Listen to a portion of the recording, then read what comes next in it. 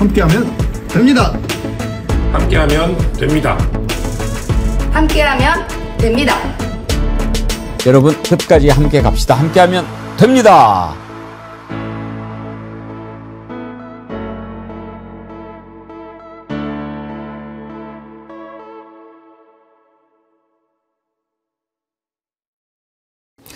여러분 안녕하십니까? 백운기입니다. 이재명 대통령도 틈만 나면 공직자의 자세를 강조합니다만 공직이 엄중한 것은 자신이 누리는 모든 것이 국민 세금이기 때문입니다. 국민이 낸 세금으로 월급 받고 사무실 쓰고 기사 딸린 차까지 제공받고 뿐입니까? 국민 세금으로 자식 공부시키고 먹고 삽니다. 그래서 공직자는 국민의 심부름꾼이 돼야 하는 것이죠. 이걸 착각하는 순간, 아니 이걸 잊는 순간 공직자는 죄를 범하게 됩니다. 윤석열이 그렇고 심우정이 그렇습니다. 심우정이 검찰총장 되자마자 무슨 일을 했습니까? 김건희 디올백 무혐의 처리해줬고 도이치 주가 조작 혐의를 벗겨줬습니다. 그것도 모자라서 윤석열을 구치소에서 탈옥시켜줬습니다. 자신이 국민 세금으로 먹고 산다는 것을 조금이라도 깨닫는 자라면 할 수 없는 짓들이지요. 두 사람뿐입니까? 국민 세금을 도둑질하고 자신을 먹여 살린 국민을 향해서 총칼을 겨눈 자들 반드시 다 찾아내서 처단해야 합니다. 그것이 나라를 바로 세우는 첫걸음입니다. 생방송 백운계 정치 1번지 출발합니다. 잠깐 정어리몰 소개를 좀 해드릴게요. 정어리몰에서 이번 추석 선물 세트 준비했는데 많은 분들이 지금 주문해 주고 계십니다. 아마 이번 주부터는 본격적으로 선물 준비하시겠죠. 이번 주에 먼저 소개해 드릴 것은 올해 수확한 프리미엄 햇 신고배입니다. 신고배, 배하면 또 신고배지요.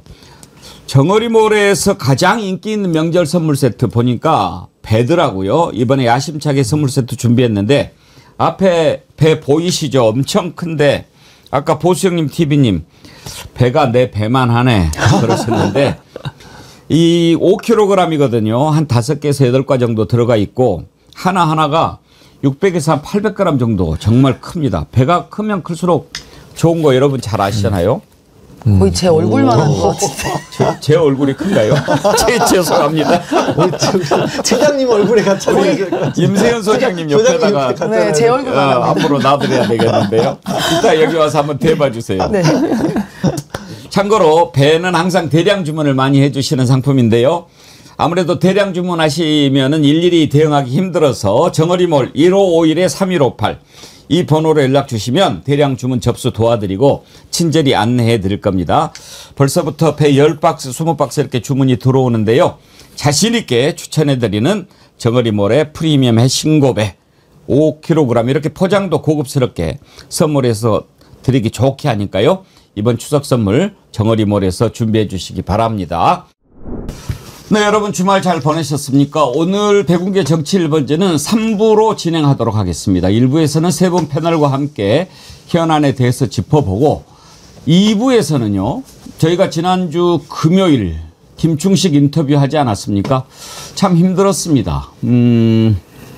제가 한번 진실에 가까이 다가가 보기 위해서 김충식을 불러서 이런저런 질문을 했는데 정말 납득할 수 없는 그런 답변들 들었습니다. 평생을 거짓말만 해오고 살았던 사람을 앞에다 두고 이야기하는 것 참 힘든 일이었다. 그렇게 제가 생각합니다만 아무튼 팩트체크 차원에서 그동안 김충식 문제를 오랫동안 다뤄왔던 열린공감TV의 서정필 기자를 모시고 한번 어떤 것들이 진실에 가까이 다가간 것이었는지 어떤 것이 거짓말이라고 보는지 한번 들어보도록 하겠습니다. 그런데 참고로요. 지금 열린공감TV하고 뉴탐사하고 갈등이 좀 있는가 봐요. 저는 잘 모르고 관심도 없습니다만 꼭 이렇게 열린공감이나 또 뉴탐사 강진구 기자 뭐 이렇게 하면은 그렇게 비난하는 글들이 많이 올라오는데 벌써부터 홍나연 님이요.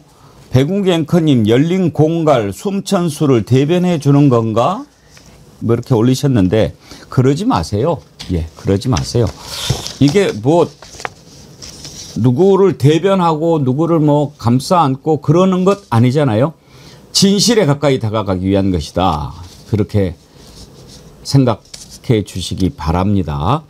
그리고 3부에서는 김규현 변호사 또 정구승 변호사와 함께 심우정이 어떻게 해서 윤석열을 탈옥시켜줬는가, 그때 내세웠던 논리는 뭔가, 이런 걸 한번 짚어보도록 하겠습니다. 오늘 계속해서 여러분 함께 해주시기 바랍니다. 오늘 나오신 세 분 패널 소개합니다. 최진봉 성공회대 교수님 어서 오십시오. 안녕하십니까. 예, 임세은 전 청와대 부대변인님 나오셨습니다. 안녕하십니까. 양지열 변호사님 함께합니다. 반갑습니다. 네, 안녕하세요. 첫 번째로 심우정 17시간 특검 조사를 받고 오늘 새벽에 나왔습니다. 이렇게 오랫동안 조사를 했다는 거 뭐를 의미합니까, 양지열 변호사님? 일단 심우정 전 총장에 대한 조사 과정에서 진술 거부권을 쓰진 않았다라고 합니다. 그에 관해서 자신의 입장을 최대한 어떻게 보면 얘기를 했다라고 볼 수가 있고요. 또 그만큼 조사할 만한 내용이 굉장히 많았다라고 하는 거죠.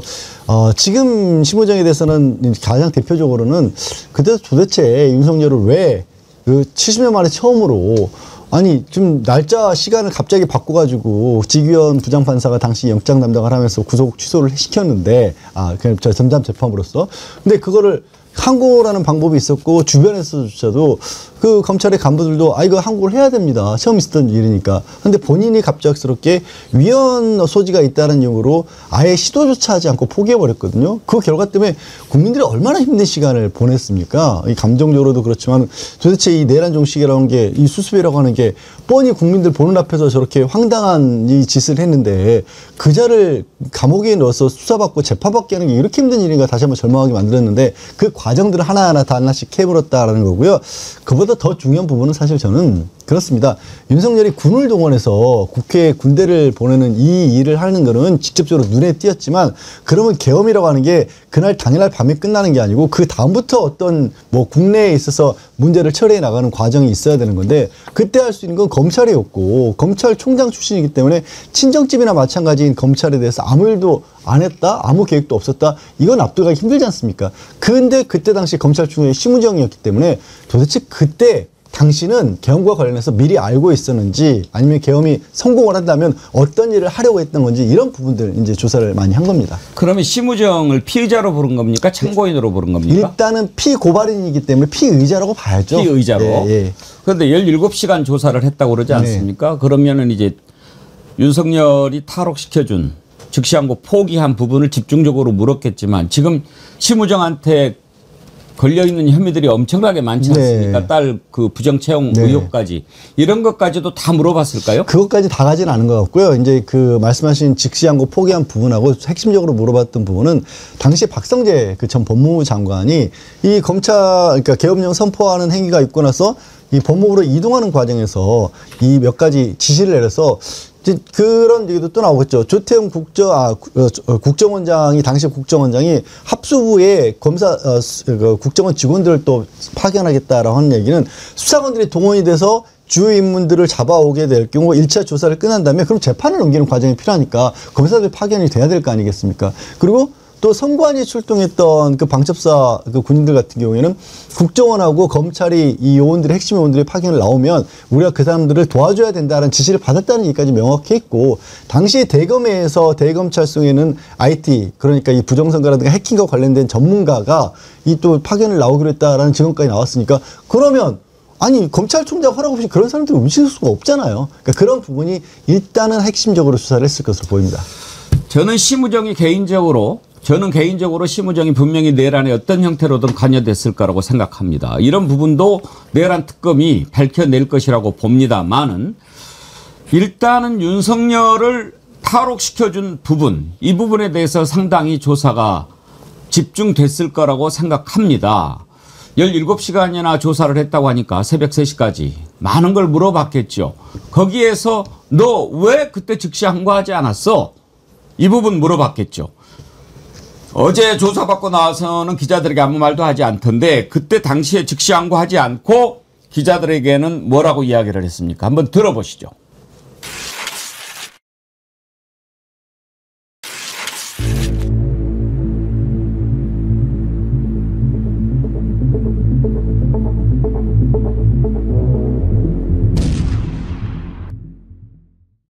적법 절차와 인권 보장은 제가 취임 이후 계속하여 강조하여온 저희 검찰의 기본적인 사명입니다.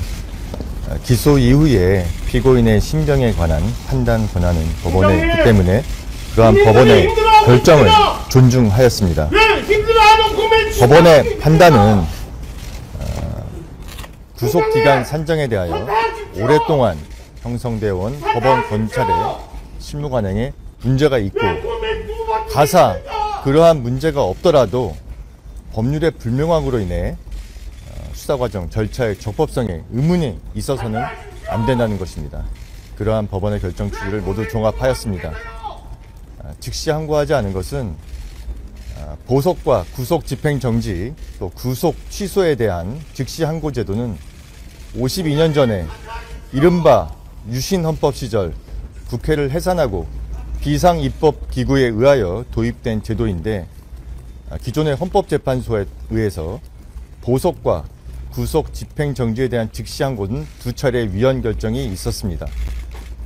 법원의 인신구속에 관한 권한은 법원에 있다는 영장주의와 적법 절차의 원칙, 과잉금지의 원칙에 위반하기 때문에 위헌이라는 명확한 판단이 있었고 그러한 위헌 판결의 취지를 따라서 즉시 항고하지 않은 것입니다.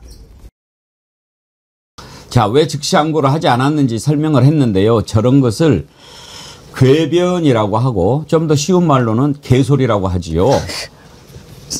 만약에 지금도 그 생각이 옳다고 그러면 어저께 나왔을 때 아니 오늘 새벽 나왔을 때 기자들이 물어보면 내가 이렇게 했다고 떳떳하게 왜 말을 못합니까? 최진봉 교수님. 그러니까요. 일단 이게 직위원이 했던 행동 자체가 상식적이지 않은 행동이었어요. 그러면 만약에 직위원이 한 행동이 예전에 어떤 관례나 전통이나 아니면 규정을 따라서 했다면 그러면 항고를 안 할 수 있겠죠. 그런데 날로 개선하던 걸 갑자기 시간으로 바꿔서 했어요. 이건 오랫동안 전통적으로 지켜오던 관례를 깬 거예요. 그럼 거기서 항고를 해야죠. 심지어 법원 행정처장이 제가 기억하기로 국회에 나와서 그런 얘기까지 했어요. 검찰이 항고할 걸로 생각해서 뭐 이런 얘기까지 하거든요. 그러니까 당연히 해야 되는 게 일반 법조인들의 생각이에요. 아니 상식적이지도 않은 판단을 해서 범죄인을 풀어주는 행위를 했던 법원에 대해서 항고를 통해서 그게 멈춰지게 만드는 건 검찰이 해야 될 일입니다. 검찰이 죄가 있다고 해서 구속영장을 청구해 그래서 구속이 된 거 아니겠습니까? 그렇다면 그걸 유지할 수 있는 방안들을 찾아내는 게 검찰의 역할 아니에요? 아니 자기가 예전에 있던 법원에서 뭐 2번의 위헌이 있다는 그 위헌 사례와 지금의 이 사안은 다른 거예요.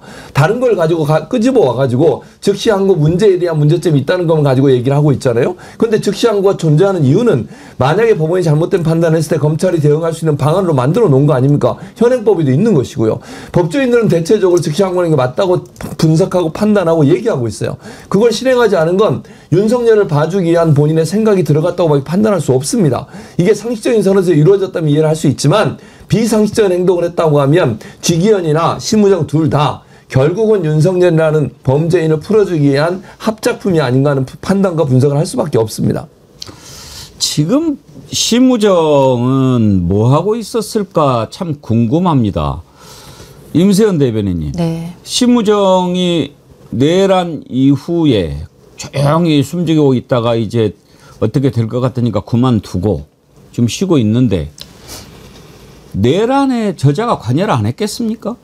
그러니까 제가 이 모든 사건들을 보면은 우리가 단편 보다 보니까 이게 뭔가 종합이 안 되는 경우가 있는데 이게 연결하다 보면요 하나의 대화 드라마인 것 같아요. 그러니까 지금은 우리가 그러니까 하나의 에피소드만 보다 보니까 이 하나하나 문제가 굉장히 커서 이렇게 보이지만 연결이 다 안 될 수가 없는 게 심우정이 무슨 근거로 갑자기 이 즉시 항고를 포기를 합니까? 그리고 그 과정에 믿는 구석이 없었다면 할 수 없는 일들이 연결이 되거든요. 예를 들면은 조희대라는 대법원장 든든한 뒷배가 있었기 때문에 직위원도 그 일 말도 안 되는 나를 때로 바뀌어가지고 윤석열을 풀어줬었고 그 다음에 이 즉시 항고를 하지 않았던 이유도 뭔가 연결고리가 있기 때문에 바로 안 한 건데요. 그러면 이게 정당했고 만약에 위헌적이라고 이제 이야기하니까 맞다면 그럼 그 이후에 이게 나를 때로 바꾸는 게 계속 정석처럼 돼야 되는 건데 그 다음에 바로 바뀌지 않습니까?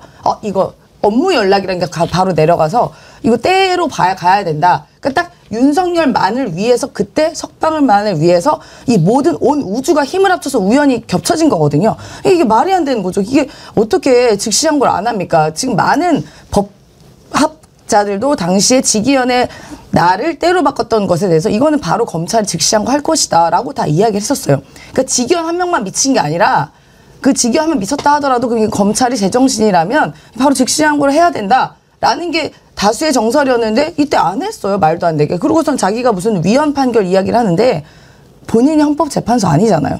여기서 위헌 판결이 왜 나오고 그리고 즉시항고도 안 했고 구속기장 선정 이 말도 안 됐고 그다음에 바로 또 바뀝니다. 때로 해야 된다고. 이 모든 게 연결고리가 있다고 보고요. 그다음에 또 우연의 우연인 게 지기현은 아크로비스타의 윤석열, 김건희의 이웃 사촌이었습니다. 그래서 실제로 이 윤석열이 석방된 이후에 아크로비스타 지하에 있는 식당에서 지기현과 죄송합니다. 그 심우전과 깜짝 놀랐어요. 죄송합니다. 네. 제가 이 둘이 약간 헷갈렸어요. 지기현과 똑같은 심우전. 놈이긴 하지만 예, 비슷한 예. 분들이긴 한데 또 연결고리 새로운 됐다. 걸 하나 또 폭로하시는가 해가지고 죄송합니다. 이 둘이 하도 비슷해가지고 제가 이제 이름 헷갈렸는데 심우정과 윤석열, 김건희 이웃 사촌이라는 얘기가 있지 않습니까? 그래서 지하 식당에서 석방되면 몇 번 만났다는 보도도 있었어요. 그러고 보면은 이게 하나를 우리가 뗄 수가 없는 겁니다. 여기서 이 흐름에서 하나를 똑 뗄 수가 없는 게 연결이 돼 있다는 게 저는 말이 우리가 합리적인 의심이라고 예. 생각이 되고요. 그다음에 지금 심우정이 지금 저 인터뷰에서 보면은 너무 길게 이야기하잖아요. 근데 진실을 이야기할 땐 굉장히 짧아요. 근데 지금 말의 문장이 하나가 계속 연결된 거 보면은 그냥 우리 앵커님 말씀하신 것처럼 개소리를 너무 길게 한다. 예. 예, 거기를 한마디로 응축할 수 있을 것 같습니다.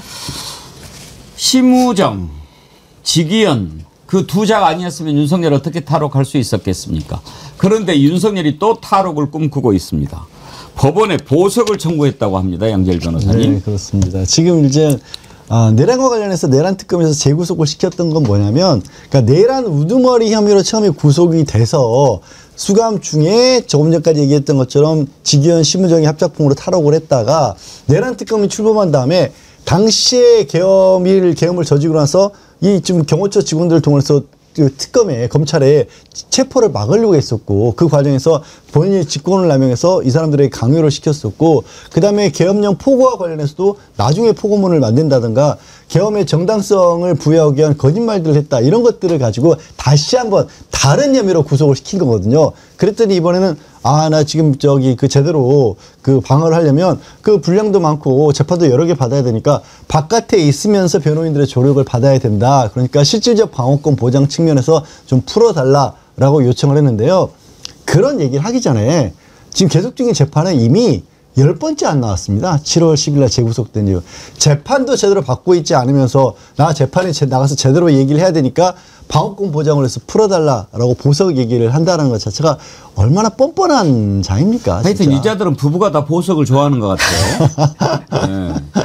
그런데 그러기는 이번에는 말입니다. 그럼 뭐 병보석입니까 말하자면? 아니죠. 병보석도 아니고 방어권 보장을 위한 보석이라는 거예요. 그러니까 그렇게 하면은 보석해 줍니까? 안 해줘야 되는데, 예. 안 해줘야 하는 일을 좀 전에 한번 했던 적이 또 있지 않습니까? 지기현, 심우정 작품으로. 그러니까 이 자들의 수법 중에 하나는 할 수 있는 모든 거를 이게 가능해서 가능성이 높아서가 아니라 다 던져놓고 혹시라도 투방질하다가 또 걸리면 또 알아 이번에 한번 풀렸을 수 있을지 이렇게 써먹는 거예요. 이번 보석 결정은 누가 합니까? 이거는 지기현 재판부가 지금 여기 그 지금 기사를 아니에요. 보면 예. 내란 특검이 추가 기소한 체포 방해 사건 재판부. 예. 35부. 달라요. 다른데. 지기현이 여기에 아니에요. 보석을 청구를 예, 했어요. 다른데. 지기현은 25부죠. 그러니까 지기현은 지금 내란 우두머리 재판을 하고 있는 거고 네. 35부에서는 말씀드린 것처럼 새로운 혐의로 체포를 막았다는 혐의로 지금 구속된 거니까 그 구속에 관한 재판을 담당하고 있는 35부 재판부에서 하는 거고요. 참고로 지난번 첫 번째 35부에서 공판 준비기일이 열렸어요. 그러니까 정식 재판을 하기 전에 그 재판 과정에서는 그 재판부의 재판장은 보여준 태도가 이랬습니다. 그때 윤석열 씨께서 또 뭐라 그랬냐면 나와가지고 그 윤석열 변호인들이 저희 말고 다른 재판파 변호사라고 오해될 것 같으니까 재판 좀 밀어주십시오라고 또 부탁을 한 거예요. 그러니까 판사가 아니 변호사 바꾸는 것 때문에 재판 못 바꾼다. 그래서 그건 안 들어줬거든요. 그래서 그런 단편적이지만 그런 성향이 비춰질 때 이번에 보석 가능성은 어쨌든 이 판사는 지기현보다는 믿을 만해 보입니다. 25부 지기현이 아니고 네네. 35부니까. 맞은 사람. 그리고 또 재판장이 백대현 부장판사네. 백대현. 백 씨가 그런 짓 하지는 않겠죠. 근데 어쨌든 이렇게 지금 우리가 걱정하는 이유가 뭡니까? 이게 다 지기현 때문에 일어난 일이에요. 직위원 판사가 제대로만 했어도 우리가 이런 걱정을 할 이유가 있겠습니까? 아니 범죄인을 그렇게 풀어주는 일을 서슴없이 했던 사람이 있다 보니 사법부를 믿을 수가 없고, 또 하나 사법부의 수장인 조희대의 행동을 보니까 더 믿을 수가 없는 거예요. 자기가 대선에 개입하려고 시도를 했다고 저는 보는데, 이재명 당시에 유력한 대권 후보를 어떻게든지 좀 뭐 쫓아내 보려고 하는 시도가 아니었나는 생각이 들어요. 말도 안 되는 방법을 통해서 파기환송을 했지 않습니까? 아니 일반적으로 보니까 통계적으로 봐도 전원합의체에 넘어간 재판 같은 경우에 3년이 걸렸대요. 통계적으로. 근데 9일 만에, 그것도 정확히 얘기하면 이틀 만에 결정을 내려버렸어요. 이런 행동한 사람이 대법원장을 하고 있으니까 법원을 믿을 수가 있냐고요. 그러니까 사법부에 대한 불신과 신뢰가 지금 뭐 백모 판사 같은 경우에 백신이니까 제가 믿어보겠습니다만 기본적으로 사법부에 대한 불신이 너무 커진 거예요. 그 원인 제공을 조희대가 하고 있는 것이고요. 그러니까 당장 물러나야 돼요. 그래야 사법부가 다시 바뀔 수 있는 기회가 되지 않겠습니까? 그러니까 넓은 의미에서 법조계에서 왜 이런 짓을 계속 하는지, 아까 이제 심우정 얘기한 아까 뭐 길게 한 개소리 있지 않습니까? 그때 위헌이라고 했던 얘기 아시는 분들 다 아시겠지만 이제 잊어먹으신 분들이 있을까 봐 그냥 추가를 짧게 드리면, 그때 헌법재판소에서 위헌이라고 한 사건은 뭐였냐면요. 그 구속돼 있는 사람이 어머니 모친상을 당한 거예요. 그래서 그때 법원이 야 모친상 기간 동안에 좀 풀어줘라 그랬는데 그걸 검찰이 못 나가게 했어요. 그래서 그 헌법재판소가 야 이건 좀 심하다. 그래서 그 위헌을 한 겁니다. 그거랑 지금 윤석열이 구속시킨 걸 풀어주는 거랑 같습니까? 심우정은 그걸 좀 같다고 그때 풀어준 거 위헌이라고 했으니까 이번에도 제가 풀어주겠습니다. 이렇게 얘기한 거예요. 말도 안 되는 헛소리 한 거죠. 그러니까 법을 다루는 자들이, 저도 뭐 법조인이지만 부끄럽지만 뻔한 얘기를 굉장히 어렵고 복잡한 것처럼 막 뒤섞어가지고 그냥 그럴 수도 있는 거가 이렇게 자꾸 만든단 말이에요. 그 얼마 전에 조희대가 그 입장문 낸 거 있잖아요. 그것도 딱 두 문장인데 엄청 길게 이래저래 수사, 뭐 부사 엄청 다 썼는데, 사실 보면은 뭐 만났다 안 만났다도 아니고 되게 애매한 표현을 길게 썼거든요. 그러니까 아까 말한 심우정도 비슷합니다. 뭐 앞에 위헌이 뭐고 한데 그냥 풀어주고 싶었던 거예요. 결론은 그냥 윤석열 풀어주고 싶었던 거 말고는 뭐가 따로 이유가 있습니까? 그러니까 저는 지금 윤석열이 보석 청구를 한 게 그나마 조희대 있을 때 한번 해보려고 한 것 같습니다. 조희대 있을 때. 그래서 만약에 특판이 정말 시작이 된다면 그야말로 윤석열 입장에선 빼박이다 보니까 야 지금 빨리 조희대 있을 때 우리가 뭐라도 해보자, 뭐 보석 청구라도 해보자, 뭐 이렇게 시작을 한 것 같은데, 만약에 이게 인용된다면 정말 우리 국민의 분노는 하늘을 찌를 거라고 생각됩니다. 만약에 그럴 일은 없겠지만 윤석열이 보석이 돼서 나오게 되면 이 윤석열 같은 놈은요 밀항 시도할 수도 있어요. 이게 그냥 저희가 무슨 뭐 괜한 뭐 내피셜 이게 아니라 그러고도 남을 사람이 있지 않습니까? 어떻게 그동안에 있었던 일련의 일들을 보면 상상 이외의 일을 했었기 때문에 저는 분명히 밀항이든 뭐든 어떻게든 이 상황을 도망가기 위한 일을 할 거기 때문에 절대 청구만 했지 절대로 수용이 되면 안 될 것이고, 이 보석 청구는 보석 좋아하고 보석 많이 받았던 본인의 부인한테 보석 청구만 하면 그것만 가능하지 절대로 저는 이거는 허용되면 안 된다고 봅니다. 예. 윤석열, 직위원, 심우정, 조희대 이런 자들 정리하지 않고 절대 새 나라를 만들어 갈 수가 없습니다. 제가 앞부분에 공직자에 대해서 얘기하지 않았습니까? 공직자는요, 우리가 내는 세금으로 먹고 자기 자식들 키우고 그렇게 하는 거예요. 그런데 그 국민들을 향해서 총칼을 겨눴는데, 지금 이제 박성재 전 법무부 장관도 곧 이제 조사를 받게 되죠. 특검 출석하라고 그랬죠? 네, 그렇습니다. 박성재 전 법무부 장관 아시겠지만 지금 박성재 구조가 그런 겁니다. 왜 이걸 또 의심할 수밖에 없냐면, 저번 전까지 얘기했던 심우정이 검찰총장으로 앉게 된 이유가, 그러니까 김건희 그 도이치 특검 수사가 본격화되니까 도저히 이거를 막을 수가 없다 싶어서 이원석 당시 검찰총장을 내보내고 심우정을 앉히고, 또 뭘 했냐면 없앴던 임명하지 않고 있던 민정수석을 갑자기 앉히고 법무부 장관을 박성재로 앉힌 겁니다. 순서가 김주현, 박성재, 심우정으로 쭈루루, 그러니까 윤석열과 가까운 자들로 법무부 장관부터 민정수석부터 법무부 장관, 검찰총장까지 줄을 딱 세운 거예요. 한 라인을 만들어낸 겁니다. 그랬던 심우정이었고 그랬던 박성재니까, 그 박성재는 또 뭘 했냐? 당시에 그 말씀드린 것처럼 계엄 선포를 이끌어니까 법무부로 이동을 해서 갑자기 회의를 엽니다. 회의를 열어가지고 좀 계엄령이 내려지는데, 그럼 우리 검찰은 뭘 해야 될까? 거기 이제 합수부에 지금 검사 파견해가지고 지원해줘야 되는 거 아니야? 그래서 검찰 당시에 담당하고 있는 인사 담당하는 국장한테 연락했던 그런 얘기를 했었고, 그래서 박성재와 관련한 부분을 12년 때 조사를 했을 거고, 당시에 법무부 회의에 들어갔었을 때 사표를 했던 유혁전 감찰관 있지 않습니까? 유혁전 감찰관에 대해서도 조사를 하겠다라고 그 특검에서 밝혔어요. 전 감찰관은 이렇게 밝히고 있어요. 당시 계엄과 관련된 회의가 들어갔었을 때 박성재의 태도에 대해서 이런 얘기를 하시는데, 이게 계엄이 잘못됐는데 도대체 왜 이런 회의를 우리가 하고 있냐라고 얘기를 했었을 때, 만약에 박성재가 어쨌든 지금 계엄령 떨어졌으니까 뭘 수습하는 과정에서 이게 잘 된지 못 된지에 관해서라도 얘기를 해봐야 되겠지 않겠냐라는 식의 뉘앙스만 풍겼어도 자기도 마지못해 자리에 앉았을 거라는 거예요. 근데 너무나 당당하게 이거 지금 우리 해야 될 일 있다라는 식으로 얘기를 했었고, 그리고 막상 회의가 열리고 나니까 박성재 밑에 있던 그 간부들 중에는 이 포고령 자체가 좀 잘못된 것 같다. 첫 번째부터 정치를 금지한다라거나 국회를 해산한다거나 이런 거는 계엄 요건에도 안 맞는 거 아니냐라고 얘기를 했더니 화를 냈다라는 거예요, 박성재가. 그럼 어떻게 진병할 수 있습니까? 이거 처음부터 알고 있었고 적극적으로 협조했구나. 그리고 또 뭐랬죠? 계엄이 해결이 돼서 수포된 무산으로 돌아간 이후 그 다음 날에도 이른바 안가가지고 사인회동에서 또 그 이상민을 비롯해서 조금 전에 있던 박성재 같이 법조인 주역들 김주혁까지 해서 또 회의를 했다는 거 아니에요. 그러니까 여러 가지로 핵심적인 인물일 수밖에 없는 겁니다, 박성재는. 다음으로 넘어갈 텐데요. 아까 제가 공직자 얘기했는데 이거 하나 잠깐 짧게 짚어보고 가죠. 이번에 APEC이 경주에서 열리죠. 그런데 월성 원자력 본부가 그쪽에 있는데 이 정신 나간 놈이 이런 현수막을 내걸었어요. 5년 동안 월성 원자력 본부가 경주시 지방세로 2,190억을 냈다지요. 이번 벚꽃 마라톤 때 월성 본부가 무료로 주는 국수도 맛있게 먹었잖아. 경주시의 자랑 월성 원자력 본부 항상 여러분과 함께합니다. 이런 미친. 왜 저래? 가만히 있어봐. 월성 본부가 무료로 주는 국수도 맛있게 먹었잖아. 지 돈으로 줬어요, 최진봉 교수님? 아니겠죠.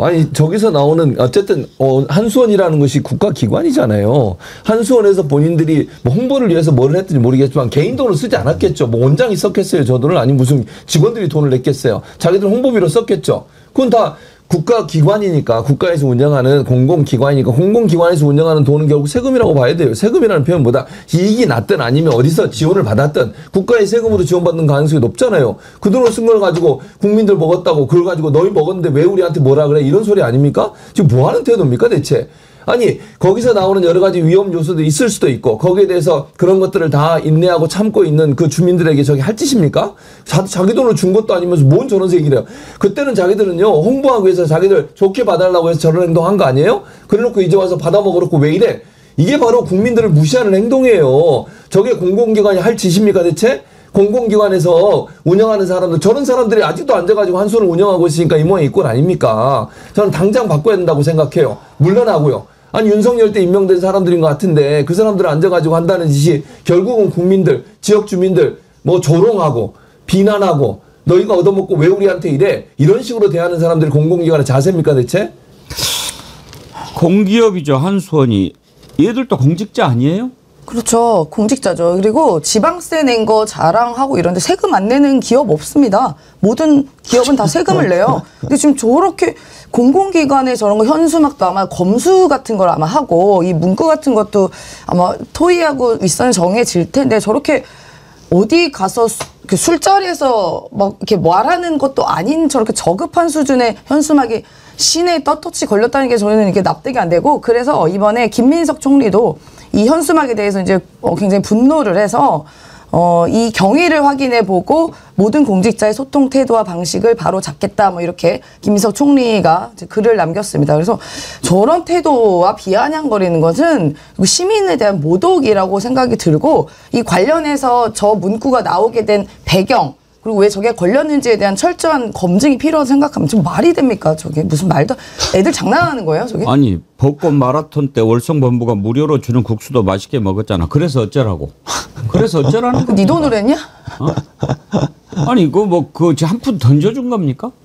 국수 먹은 사람들이 거짓입니까? 이런 정신 자세가 어떻게. 한수원이 말이 많죠? 말이 많죠. 한수원이. 여러 가지로 지난번에 무슨 투자한 한수원도 거기 원자력 발전 관련된 걸 하는 곳이잖아요. 지난번에 어디야 체코에 가서 운전 한 그것도 문제가 되고 얼마나 논란이 됐습니까? 그걸 제대로 운영을 못 해가지고 또 노예 계약을 했다 이런 논란도 많았고요. 그럼 실제 원자력 개발이나 발전이나 아니면 수출이나 이런 부분에 관여하는 것이 본인들의 잘못이나 그런 어떤 실수에 대해서는 인정하거나 사과하는 건 거의 없었어요. 국회에 나와가지고도요. 제가 보니까 대체적으로 인정을 안 하더라고요. 잘못한 게 없다고 그래요. 노예 계약 문제에 대해서도 그렇고요.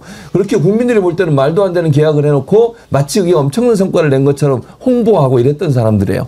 그렇게 했던 사람들이 국민을 향해 저렇게 조롱을 하고 국민한테 그리고 현수막에 최소한 먹은 사람들이 국민들이 아닙니까? 주민들이고 그 주민들한테 반말을 찍찍거리면서 저렇게 할 수 있는 겁니까? 말투도 반말이에요. 그러니까요. 저건 있을 수 없는 일이에요. 공직자의 마인드가 없는 거예요. 저거는. 당장 사퇴시켜야 돼요. 제가 한수원에 한마디 하겠습니다. 야, 이 자식들아. 이런 자식들이 무슨 공직자입니까? 자, 다음으로 넘어가겠습니다. 국민의힘이 어제 장외투쟁을 했습니다. 대구에서 모였는데 7만 명이라고 주장을 하던데요. 경찰이 이럴 때는 잘 안 세나요? 그 정도 안 돼요. 될 수도 없고. 그런데 7만 명이 모였든 70만 명이 모였든 거기에서 했던 얘기들이 참 그걸 듣는 순간 어떤 생각이 드냐면 답이 없구나 그런 생각이었습니다. 왜 장외투쟁을 합니까? 여당이 독주한다고 그걸 비판하기 위해서 밖으로 나간 거지요. 그런데 거기에 나와 있는 사람들 윤어게인 들고 부정선거 주장하고 그런 사람들로 다 모였습니다. 국민의힘 도대체 어디로 가겠다는 겁니까? 더군다나 그 국민의힘에서 최고위원을 맡고 있는 자가 이재명 당선 무효라는 얘기를 했습니다. 국민의힘은 분명히 밝혀야 합니다. 이게 김민수 개인의 의견인지 아니면 국민의힘의 뜻인지 이런 식으로 도망가면 안 됩니다. 확실하게 얘기하고 거기에 대한 책임을 져야죠. 어제 김민수가 했던 얘기부터 들어보시죠. 저는 이재명을 대통령이라 부르지 않습니다. 여러분은 이재명을 대통령이라 부르지 않습니다. 12개의 혐의, 5개 재판, 유죄 취지의 파기환송 재판만 속게 된다면 당선 무효 아닙니까? 자유를 지키기 위해 극단주의는 악이 아니라고 했습니다. 대한민국 지키기 위해 기꺼이 극단을 택합시다. 이재명 당선 무효! 이재명 당선 무효! 자, 공식 석상에서 저렇게 얘기를 했어요. 자, 그래 놓고 만약에 저건 개인 의견이라고 한다라고 하면 적어도 그 자리에서 입을 털어 막아야 그것은 개인 의견이라고 할 수 있지 않겠습니까? 당연히 그렇죠. 그리고 저게 현장에서 맞지 못했다도 그 다음에 분명히 얘기해야 돼요. 당 대표든 대변인든 나와서 이건 김민수 개인 의견이다. 그렇게 얘기한 거 저 들어본 적 없거든요. 아직까지. 제가 모르는지 모르겠지만 그런 발표가 있으면 얘기해 보세요. 국민의힘이 한 번이라도 김민수 개인 의견을 얘기한 적 있어요 지금? 아무 얘기 안 하고 입 꾹 닫고 있잖아요. 저건 국민의힘의 의견이에요. 그냥 가만히 있다고 하면. 대선 불복 아닙니까? 국민들이 선택한 대선 대통령에 대해서 불복하는 거예요. 국민에게 불복하는 거예요. 극단을 택한다고요. 그래서 지금 그렇게 극우 세력으로 가는 거예요. 저 따위로. 저게 잘하는 행동입니까? 그렇게 가보세요. 한번 극단으로 가서 해봐 한번. 어떻게 되는지. 아니 국민들이 자기들이 선택 안 했다고 해서 국민들의 선택을 무시하는 거예요? 국민들이 정상적인 방법으로 불법이 없이 합법적 방법으로 선택한 대통령에 대해서 인정 안 한다고 본인이 인정 안 할 수는 있어요. 그러나 국민의힘의 그래도 최고위원이라면 연단에 올라서 공식적으로 발언할 땐 저 따위 발언을 하면 안 돼요. 그럼 국민의힘이 지금 대선 불복하는 거예요. 국민 여러분 똑바로 아셔야 됩니다. 국민의힘은요 대선 불복하고 지금도 불법 선거라고 주장하고 있어요. 부정선거라고 주장하고 있고요.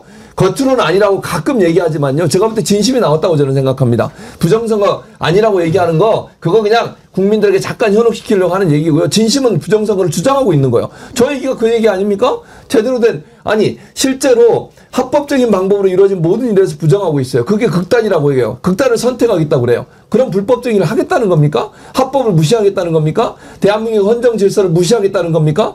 그게 바로 국민의힘의 최고위원의 태도예요. 그리고 거기에 대해서 한마디도 하지 않는 국민의힘은 거기와 동조하는 세력이라고밖에 판단할 수 없습니다.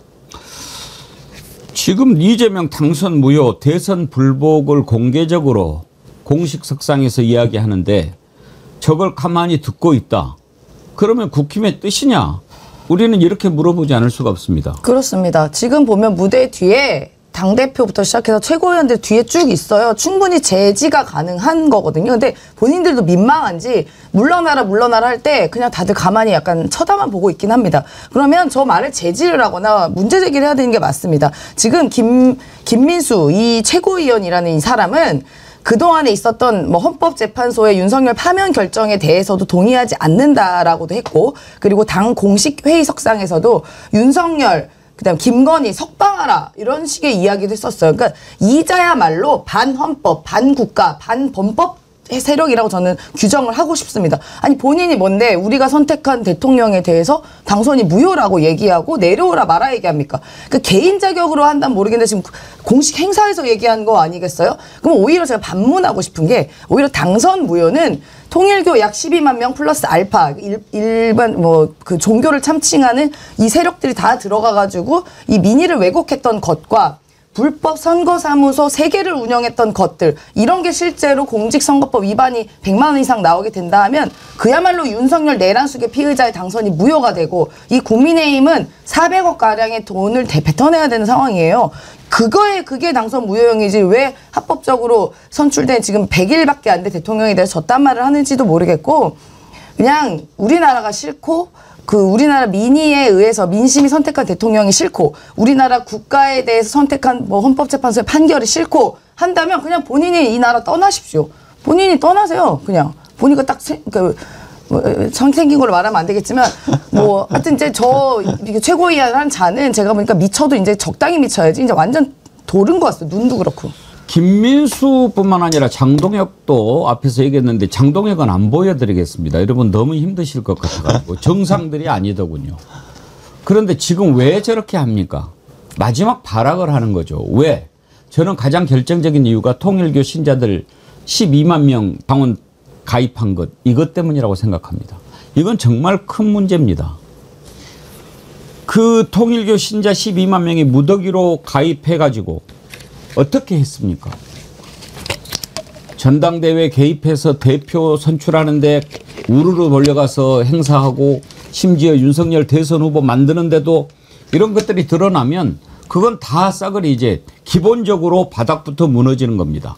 그런데 그 통일교 신자 12만 명이 국힘 당원이 됐는데 송원석이 이렇게 얘기해요. 우리 국민이 5천만 명이면 한 10% 우리가 500만 당원이니까 한 10% 된다. 그러면 통일교 신자가 한 120만 명 정도 되니까 그중에서 10% 12만 명이 우리 당원일 가능성이 통계학적으로 정상 아니냐 그렇게 얘기합니다. 참 저 집사는 아까부터 얘기하지만 다 공통적으로 정말 진심으로 개소리를 참 정성들이 하는 것 같습니다. 일단 말이 안 되죠. 이거 풀어서 얘기하는 것 자체 참 부끄럽기도 합니다만 통일교는요. 다른 게 뭐냐면 대한민국의 헌법은 정치와 종교를 분리하고 있습니다. 공식적으로. 그게 헌법입니다. 하지만 통일교의 교리는 사회문제, 정치 문제에 종교가 직접적으로 개입한다는 게 통일교의 교리입니다. 그리고 이른바 총재라고 불리는 교주의 의사가 절대적으로 존중 내지는 거기를 따라야 되는 방침인 겁니다. 그러면 저 12만 명이 정말 정치적 자유를 가지고 가입을 했느냐부터 따져봐야 하는데 그게 아니라라고 일단 검찰특검에서 보고 있어서 정당법 위반 혐의를 따지고 있는 거고요. 그리고 그 말, 송원석 원내대표의 말 자체도 그냥 틀린 게 산수적으로도 틀린 게 저기는 권리를 가지고 당비를 납부해서 투표권을 행사할 수 있는 사람들의 숫자를 따지는 거예요. 근데 많게 잡아도 70만 명 가까이라고 합니다. 그러면 70만 중에 12만인 거예요. 11만에 12만, 7분의 1인 거고요. 지금 의심받고 있는 게 통일교만 의심받고 있는 게 아니잖아요. 통일교 있죠, 신천지 있죠. 다른 어떻게 보면 좀 뭐 극우적인 어떤 종교, 기독교에 대해서도 이런 사람들도 거기 들어가 있다고 하죠. 그럼 이 당은요, 국민 전체는 고사하고 국민의힘을 지지하고 좋아하는 진짜 국민의힘 당원들의 뜻조차도 지금 이 현재 국민의힘 지도부는 대변하지 못하고 있는 거예요. 아예 그러니까 국민 전체 위원 여부라든가 이런 걸 떠나서 그냥 자기네 당 내부에서조차도 저 사람들이 과연 저 자격을 가지고 있는지가 의심받는 자리예요. 저 자리는 전부 다. 최진봉 교수님, 지금 우리나라의 기독교 신자는 몇 명 정도 추산합니까? 저도 정확히 모르긴 한데 제 개인적인 그냥 이건 정확히 통계가 없어서 70만 명? 그 정도로 제가 알고 있는 70만 명. 기독교보다 통일교가 더 많습니까? 아니요. 잘못 얘기했네. 교회 수가 70만 개 같아요. 예. 성도 수는 아니고 교회 수가. 정확한 숫자를 떠나서. 네, 모르겠어요. 지금 국민의힘 논리가 네. 통일교가 120만 신자니까 네. 그중에 10% 12만 명이야 통계적으로 정상이다라고 한다면 네.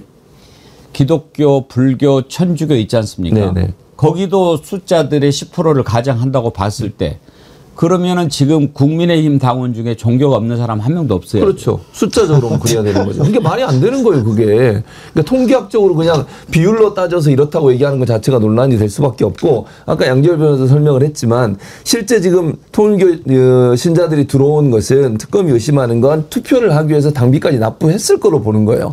그 사람의 숫자는 70만 명이잖아요. 근데 전체, 그냥 이름만 한번 걸쳐놓거나 아니면 오랫동안 당비도 안 내고 그냥 가입만 했던 사람들, 그 사람 숫자를 모수로 해서 계산을 하니까 이게 말이 그렇게 되는 거지만, 실제 권성동이나 아니면 윤석열의 선거를 돕기 위해서 만약 들어온 사람들이 있다면 통일교 신자 중에 그 사람들은 당비를 열심히 냈을 것이고, 아니면 당비를 대납했을 가능성도, 이것도 불법이에요. 누군가가 당비를 대납해서 그 사람을 가입시켰다면 그것도 불법이거든요.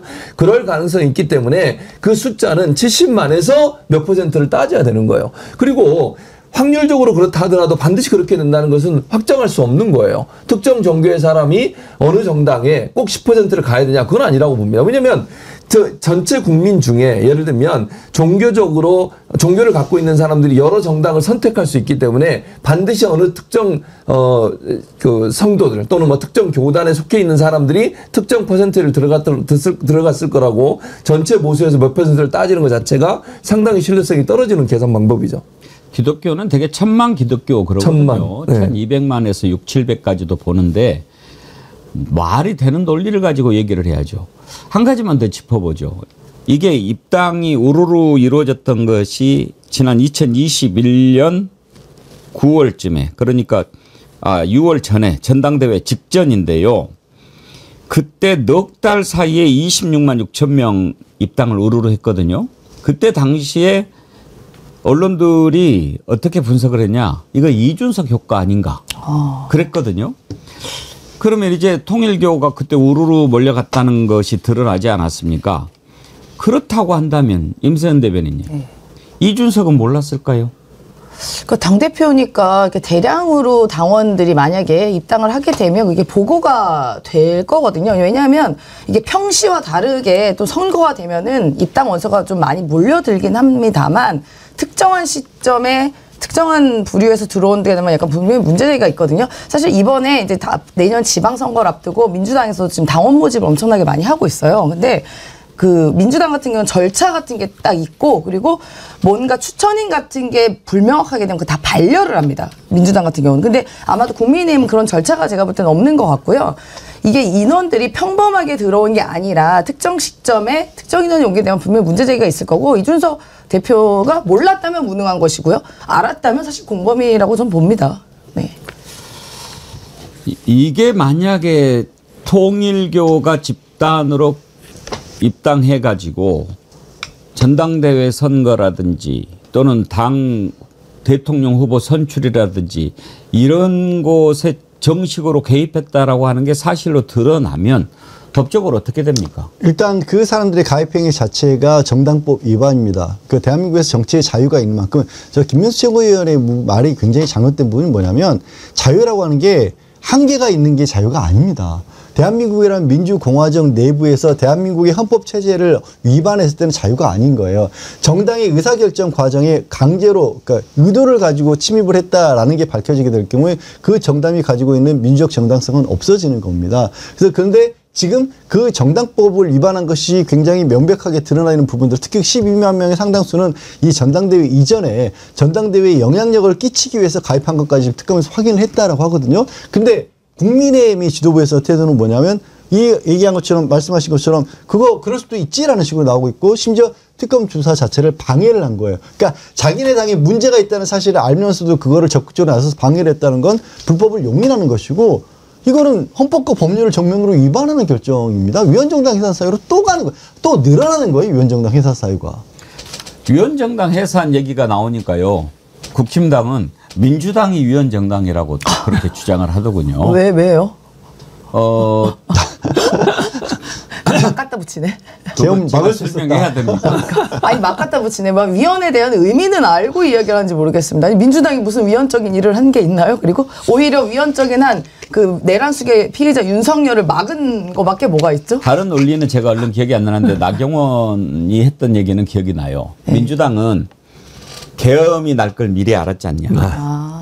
그리고 계엄 이야기를 미리 하지 않았냐. 그렇기 때문에 위헌정당이다 이런 얘기를 한 거 기억이 나요. 아, 나 진짜 그냥 드럼통에 들어가 계십시오. 나경원 의원님 드럼통에. 아유 그냥 말이야 그게 무슨 말도 안 되는 얘기를 하고 있어요. 정말. 예, 오늘 1부는 여기까지 하겠습니다. 2부는 앞서서 예고해 드린 대로 열린공감TV의 서정필 기자와 함께 지난주 금요일 날 김충식 인터뷰를 했는데 그것과 관련해서 진실을 한번 파헤치는 시간을 가져보도록 하겠습니다.